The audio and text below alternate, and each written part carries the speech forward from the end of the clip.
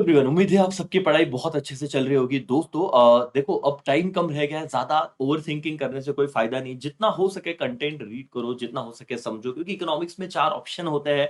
हमें अगर आप आपका बेसिक अंडरस्टैंडिंग भी रहा, एक लॉ जैसा इसे रटना नहीं है, लर्न नहीं करना है, आप कंसेप्चुअली समझो, आपको इकोनॉमिक्स अच्छा स्कोर बना के देगा। ओके, ये जो अभी मेरे सामने मटेरियल दिख रहा है, इंस्टीट्यूट का ही मटेरियल है सारांश, जिसमें से मैं आपको बताने वाला हूँ, चीज़ें करवाने वाला हूँ। अगर आपको यूज़फुल लगे तो आप भी इसमें से पढ़ सकते हो। एके से एके स्टूडेंट्स को मैं ग्रुप में ऑलरेडी ये शेयर कर दूंगा, बाकी टेलीग्राम चैनल पे भी आ जाएगा, आप वेबसाइट से भी डाउनलोड कर सकते हो। एनीवे सर, बहुत बार बच्चों के पास टाइम नहीं होता कि वो पढ़ के देखे, इसे थोड़ा इवेल्युएट करे सही है कि नहीं। तो मैं आपको चैप्टर वन को एक चैप्टर वन का आइडिया देता हूँ, इसके बाद आप डिसाइड करिए बाकी चैप्टर्स के लिए पढ़ना है कि नहीं।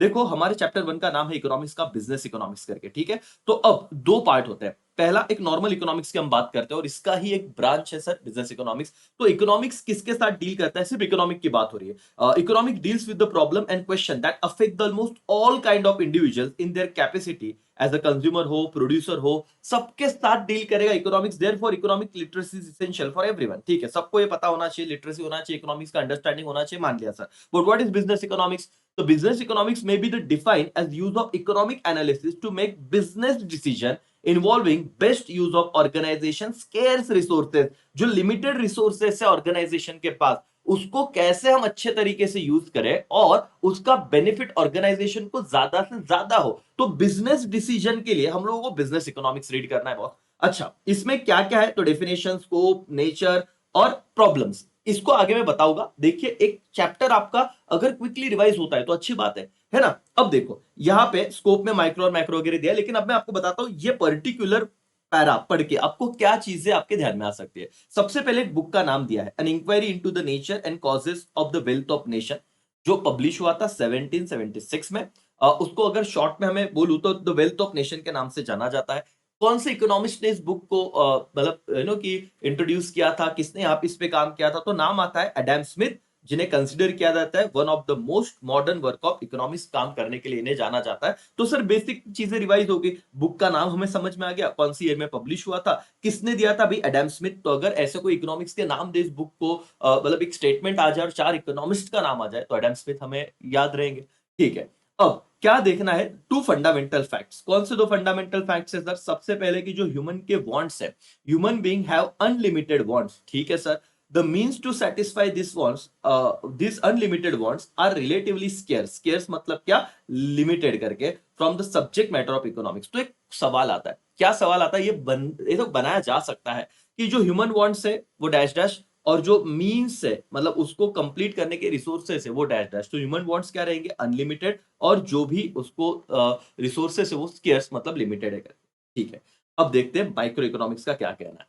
माइक्रो, आपको बहुत सारी आइडिया तो है माइक्रो इकोनॉमिक्स क्या होता है, लेकिन micro economics is basically the study of behaviour of different individuals and organisation within the economic system. ठीक है सर, तो ये बिहेवियर स्टडी की बात कर रहे हैं। किसकी बात कर रहे हैं? Study of behaviour. ये इंडिविजुअल आपका और मतलब आपके इंडिविजुअल्स हो या ऑर्गेनाइजेशन हो, लेकिन इकोनॉमिक विद इन कंट्री की बात कर रहे हैं, स्मॉलेस्ट लेवल की बात कर रहे हैं। बट मैक्रो इकोनॉमिक्स किसके साथ डील कर रहा है sir? We study the behaviour of large economic aggregate such as overall level of output, employment. अभी आप 12वीं पे पढ़ चुके हो माइक्रो और मैक्रो। मैक्रो के चैप्टर भी कैसे थे? नेशनल इनकम था, है ना, मनी मार्केट, कैपिटल मार्केट वाली चीज देखी थी, फॉरेन ट्रेड, मतलब आप सब एग्रीगेट कलेक्टिव लेवल पे देखते हो मैक्रो में, और माइक्रो में इंडिविजुअलिस्टिक लेवल अप्रोच होता है। तो यहां से कोई दिक्कत नहीं है सर, और आप अपने हिसाब से आंसर भी दे दोगे। अब लेकिन हम देखो माइक्रो, मैक्रो, अब हमारा जो चैप्टर का नाम है वो क्या बेटा? Business economics. तो while business economics is basically concern with micro economics, macroeconomic analysis also has got important role to play. लेकिन मेन चीज ना इसमें माइक्रो ही होता है। कहां पे समझेगा आप? आगे देखिए, फिर कुछ पॉइंट आएंगे नेचर ऑफ बिजनेस इकोनॉमिक्स करके, जिसमें बिजनेस इकोनॉमिक्स सर ये साइंस है बेस्ड ऑन, यूजुअली देखो ये आईएमपी कर लो, ये ज्यादा करके किस पे बेस होता है? माइक्रो इकोनॉमिक थियरी पे। किस बेटा? माइक्रो। लेकिन इसके कुछ इंपॉर्टेंट मैक्रो के एलिमेंट्स भी यूज होते हैं, लेकिन मैक्सिमम अगर को 90% माइक्रो इकोनॉमिक्स का यहाँ पे इन्वॉल्वमेंट रहेगा। Use of theory of market and private enterprise, ये प्रैक्टिकल अप्रोच है, इसका बोल सकते हो। प्रैक्टिकल अप्रोच बिजनेस इकोनॉमिक्स में डील होता है। नॉर्मेटिव इन नेचर है, नॉर्मेटिव मतलब सर क्या हो सकता है उसके अकॉर्डिंग ये प्लान करेगा करके। और इंटर डिसिप्लिनरी, अभी अंदर कुछ पढ़ने का नहीं आपको। यहाँ पे आइए, आप देखते हो there are two categories of business issue which economic theory can be directly applied. पहला एक इंटरनल इशू है और उसको ऑपरेशनल इशू के नाम से भी जाना जाता है, अंडरलाइन कीजिए। This can be solve using micro economics. तो अब क्या एमसीक्यूज हो सकता है, आपको पूछा जाएगा जो ऑपरेशनल इशू है वो कौन से थियरी को यूज करके सॉल्व किए जाएंगे, माइक्रो की मैक्रो। अब देखो बहुत डिटेल में मॉड्यूल तो नहीं पढ़ा, लेकिन यहां से समझ में आ रहा है सर कि शॉर्ट में इतना याद रखें कि इंटरनल इश्यूज को ऑपरेशनल इशू कहा गया है और वो माइक्रो इकोनॉमिक्स थियरीज को यूज करके हम सॉल्व कर सकते हैं। डन।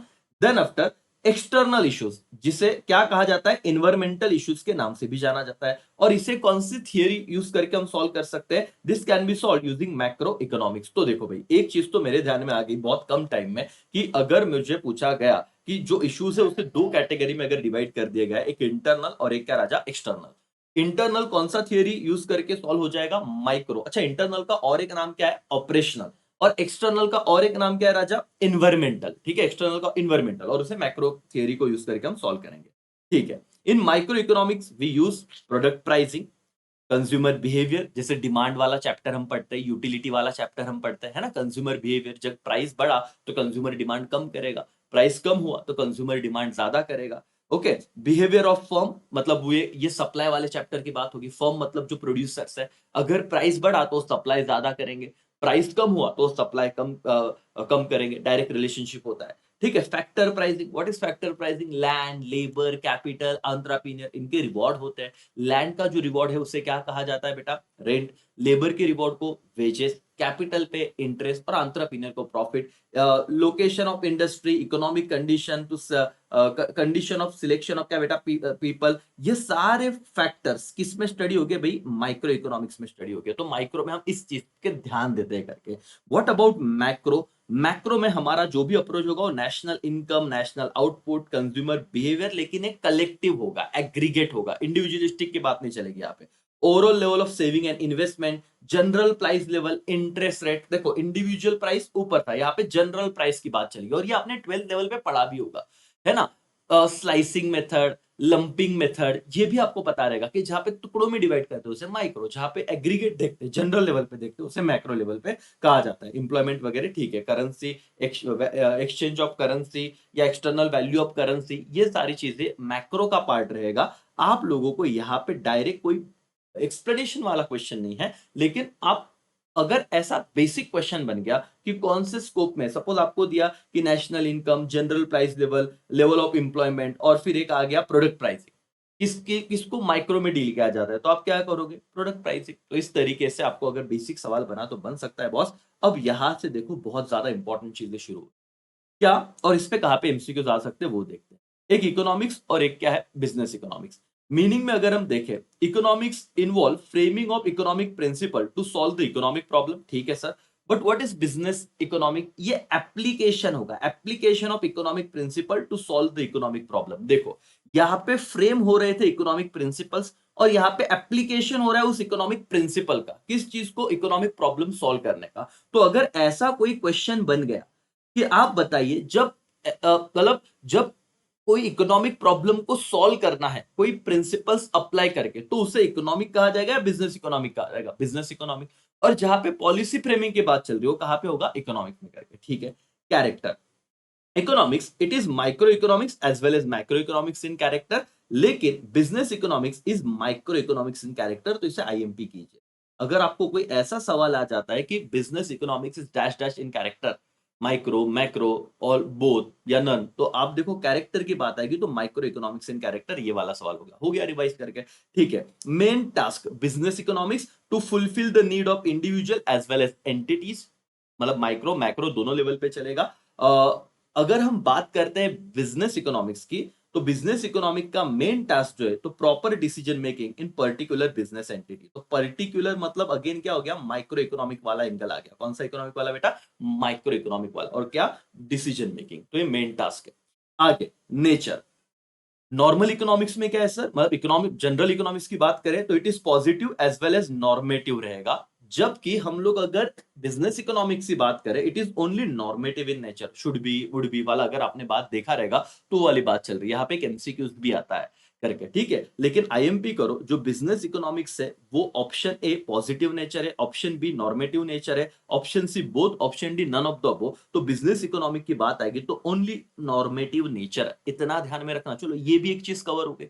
अब लास्ट मोमेंट पे और क्या चाहिए हमें, जितना क्विक हो सकता है उतना फटाफट से चीजें दिमाग में जा रही तो अच्छी बात है। और देखो यार, जो होना है वो तो होके रहेगा, आपके प्रेशर लेने से कोई चीज बदलने नहीं वाली, तो आप शांत रह के जितनी चीजें दिमाग में जा रही उतना कोशिश करो कि उस पर फोकस रह के आप याद कर सको। स्कोप, अच्छा ये एक सवाल आएगा कि नॉर्मल जो हमारा जनरल इकोनॉमिक्स है जिसमें माइक्रो मैक्रो आता है, बट ऑब्वियस उसका स्कोप क्या रहेगा, वाइडर। और कंपेरेटिवली ये जो बिजनेस इकोनॉमिक है उसका स्कोप रहेगा नैरो करके। Branches, business economics is applied branch, तो इकोनॉमिक्स का एक ब्रांच है business economic, and it is applied branch of economics. ठीक है सर, वाह वाह क्या बात कहा कि इकोनॉमिक्स में बोल रहे हैं कि बिजनेस इकोनॉमिक्स इसका एक ब्रांच है, और बिजनेस इकोनॉमिक्स बोल रहे हैं कि ये इकोनॉमिक्स का ब्रांच है, ठीक है। Concern with economics all the theories from production to consumption individual including distribution, तो प्रोडक्शन कंजम्पशन डिस्ट्रीब्यूशन सब इकोनॉमिक्स में आ जाता है, इकोनॉमिक्स में आ जाता है। बिजनेस इकोनॉमिक्स की अगर बात करें, it is concern with only profit theory ignoring other theory, underline करना, आईएमपी करो इसको। बिजनेस इकोनॉमिक्स किसके साथ कंसर्न है, ओनली विद प्रॉफिट थियरी। तो अगर ये सवाल आते राजा तो आपके 2-3 मार्क्स भी बढ़ गए तो भी अच्छी बात है। Only concern with what, profit theory. Analysis involve, economics में it include the analysis of macro level issues like growth, inflation and employment etcetera. लेकिन हम बिजनेस इकोनॉमिक्स की बात करें तो include analysis of micro level issue. देखो बार बार micro पे ज्यादा फोकस किया जा रहा है बिजनेस इकोनॉमिक्स में। Concentration, economics concentrate only on the economic aspect of the business problem, but business economic concentrate on the both economic as well as non economic aspect. एक एमसीक्यू यहाँ पे भी आ जाएगा कि बिजनेस इकोनॉमिक किस पे concentrate करते हैं, option A economic aspects, option B non economic aspects, option C both, option D none of the above. तो बेटा अब आपका आंसर क्या रहेगा, बोथ, क्योंकि अभी आपने क्विक रिवीजन में पढ़ लिया है कि बिजनेस इकोनॉमिक कॉन्सेंट्रेशन करता है economic as well as non economic aspect, सबको लेके वो चलता है, ठीक है। Validity of assumption, normal economics usually ये असम्पशंस पे ही बेस होता है, but business economics some assumptions become invalid when applied। तो इतना टेंशन नहीं है, लेकिन आपको ऊपर की जो पॉइंट है वो ध्यान में रखना है, जैसे कि किस पे कॉन्सेंट्रेट होता है economics as well as non economic. तो ये बाकी के जो हमने किए नॉर्मेटिव वगैरह वगैरह, ओनली माइक्रो इकोनॉमिक्स, ये वाली चीज है, ठीक है। Business decision can not be taken without considering the present and future environmental factor, as the management of the firm has no control over this factor, it should be fine tune in policies to minimise the adverse effect. और थोड़ा बहुत macro का भी ध्यान देना है, environmental factor मतलब external चीजों। ठीक है दोस्तों, अब बेसिक इकोनॉमिक प्रॉब्लम में यहाँ पे एक सवाल आता है कौन सा इकोनॉमिक प्रॉब्लम नहीं है। तो देखो कौन सा है पहले वो समझते, व्हाट टू प्रोड्यूस, क्या प्रोड्यूस करना है, उसके बाद हाउ टू प्रोड्यूस, कैसे प्रोड्यूस करना है, फ्रॉम हुम टू प्रोड्यूस, किसके लिए प्रोड्यूस करना है, what provisions are to be made for economic growth, और जो हम अभी फिलहाल प्रोडक्शन कर रहे हैं उसका इकोनॉमिक पे कैसा नेगेटिव इंपैक्ट नहीं होना चाहिए और इससे इकोनॉमिक कैसे ग्रो होनी चाहिए। तो सेंट्रल इकोनॉमिक प्रॉब्लम में 4 आता है, what to produce, how to produce, for whom to produce, और what provision are to be made for the economic growth करके, ठीक है। अब 3 इकोनॉमी हमने देखी, एक कैपिटलिस्टिक, एक सोशलिस्टिक और एक मिक्स्ड इकोनॉमी। इंडिया में कौन सा इकोनॉमी चल रहा है बॉस, मिक्स्ड इकोनॉमी चल रहा है। अच्छा सोशलिस्टिक में क्या होता है, resources are allocated according to the command of the central planning authority and therefore market forces have no role in allocation of resources। मतलब यहाँ पे गवर्नमेंट सब डिसाइड करेगी, है ना, राज्यशाही बोलते हैं इसको, मतलब सोशलिस्टिक, जो गवर्नमेंट बोलेगा वही चलेगा, तो उनके हिसाब से रिसोर्सेस अलोकेशन होगा जो उनका सेंट्रल प्लानिंग अथॉरिटी है।